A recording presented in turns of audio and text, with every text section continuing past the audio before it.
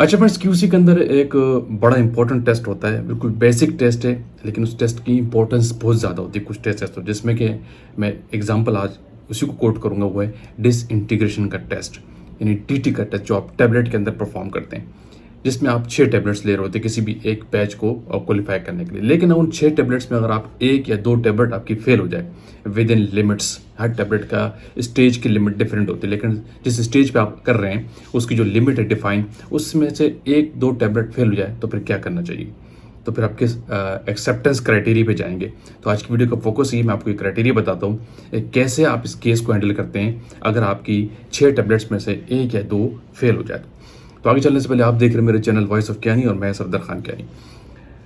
देखिए फ्रेंड्स, जो डीटी का टेस्ट है बेसिक और इम्पॉर्टेंट टेस्ट है, इसमें नो डाउट, लेकिन इसकी टेस्ट की इंपॉर्टेंस बहुत ज़्यादा है। जब आपका एक या दो टैबलेट लिमिट से आउट हो जाए, लेट सपोज अगर किसी स्टेज पे आप काम कर रहे हो, क्योंकि टैबलेट के डिफरेंट स्टेज का एक्सेप्टेंस क्राइटेरिया डिफरेंट है। अगर आपके पास कोर टैबलेट है तो उसका टाइम लिमिट जो है मैक्सिमम जो है नॉट मोर देन 15 मिनट्स है।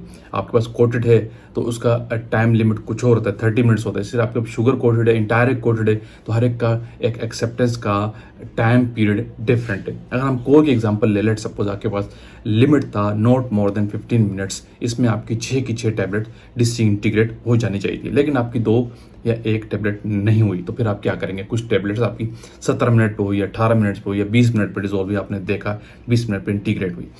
तो इस केस में आप जाते हैं एक्सेप्टेंस क्राइटेरिया, यूएसपी भी आपको डिफाइन कर रहे हैं। यूएसपी का चैप्टर नंबर 701 अगर आप चेक करते हैं तो उसमें सारी डिटेल आपको मिल जाती है। तो इस केस में आप L1 और L2 के क्राइटेरिया पे जाते हैं। जो आपने पहला टेस्ट जो परफॉर्म किया था, जो इनिशियल जो टेस्ट होता है आपका जिसमें आप 6 टैबलेट लेते हैं, वो L1 का क्राइटेरिया होता है। लेकिन अगर कोई एक टेस्ट जब फेल हो जाता है तो फिर आप दूसरे क्राइटेरिया पे जाते हैं, वो होता है L2 का क्राइटेरिया। इसमें क्राइटेरिया होता है, इसमें एक्सेप्टेंस ये होता है जिस बेच को आपने फिर क्वालिफाई करना होता है। तो पहले जो आपने 6 टैबलेट्स ली हुई थी जिसमें से 2 आपकी लेट सपोज फेल हो गए डिस्टिंग्विशन टाइम पीरियड पे, तो फिर आप 12 टैबलेट्स का टेस्ट अगेन लगाते हैं, उसी में से उसी बेच की रैंडम टैबलेट सेलेक्ट करके। अब कुछ लोग क्वेश्चन इसमें ये करते हैं कि 12 टैबलेट्स को एक साथ कैसे लगा ले, हमारे पास तो एक ही वेसल से एक ही बास्केट है। तो कुछ जगहों पे डिसइंटीग्रेशन एक सिंगल वाला भी होता है, स्ट्रोक सिंगल चल रहा होता है, और बहुत सी जगहों में अब तो ऐसे एडवांस आ गए कि दो दो स्ट्रोक चलते हैं, जैसे कि फेराबिलिटी मीटर भी दो दो चल रहे होते हैं। तो आपके पास दो है या सिंगल है, no issue. Let suppose normally हर किसी के पास दो वाला होता है डीटी टेस्ट जो है। तो 2 वाले के अंदर आपने वही मीडियम दोबारा ले लेना है, सही है, और आपकी 12 टैबलेट रैंडमली सेलेक्ट करनी है और 12 को टेस्ट लगाना है। ये एक्सेप्टेंस क्राइटेरिया होता है। ये है L2 की स्टेज। इस स्टेज पे आ जाते हैं जब पहले स्टेज पे आपका एक दो टैबलेट फेल हो जाए।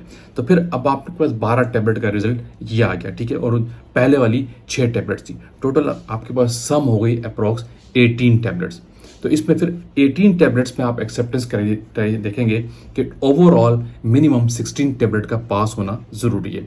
इससे कम अगर आपके पास पास हुई तो फिर आपका टेस्ट कंसिडर नहीं होता, आपका टेस्ट फेल हो जाता है, ठीक है। यानी 12 ये थी तो लेट सपोज 4 पहले में से पास हुई थी, 12 और 14 4 यानी 16 टैबलेट, यानी L2 स्टेज पे अब आपके पास कोई चांस नहीं कि आपकी टैबलेट फेल होनी चाहिए, क्योंकि अगर L1 स्टेज पे आपकी 2 टैबलेट फेल हो गई, अगर L1 स्टेज पे एक टैबलेट आपकी फेल होती तो फिर L2 पे भी अगर कोई एक टैबलेट फेल होती तो ओवरऑल आपके पास 16 टैबलेट का पास होना 18 में से कंपलसरी है। अगर इससे कम होती है 14 टैबलेट्स या 15 टैबलेट्स पास होती है तो आपका ओवरऑल बैच फेल होता है। आप उसको क्रश करते हैं, कुछ और क्राइटेरिया करते हैं, वट फिर आपकी कंडीशंस टेस्ट आपका कंप्लाई में नहीं जाएगा।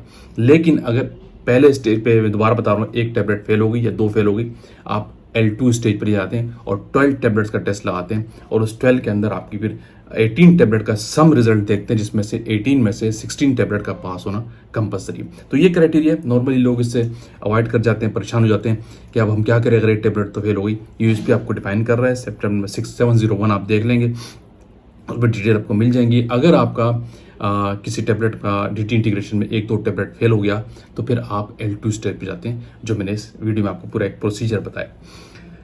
वीडियो का पेंट करते हैं कि वीडियो आपने लाइक किए तो शेयर कीजिए, कमेंट्स कीजिए। अगेन कहूँगा आज जो लोग चैनल पे न्यू है वो लास्ट सब्सक्राइब कीजिए ताकि ऐसी टेक्निकल वीडियोस आप तक पहुँचती रहे। Thank you for watching. अल्लाह हाफिज़।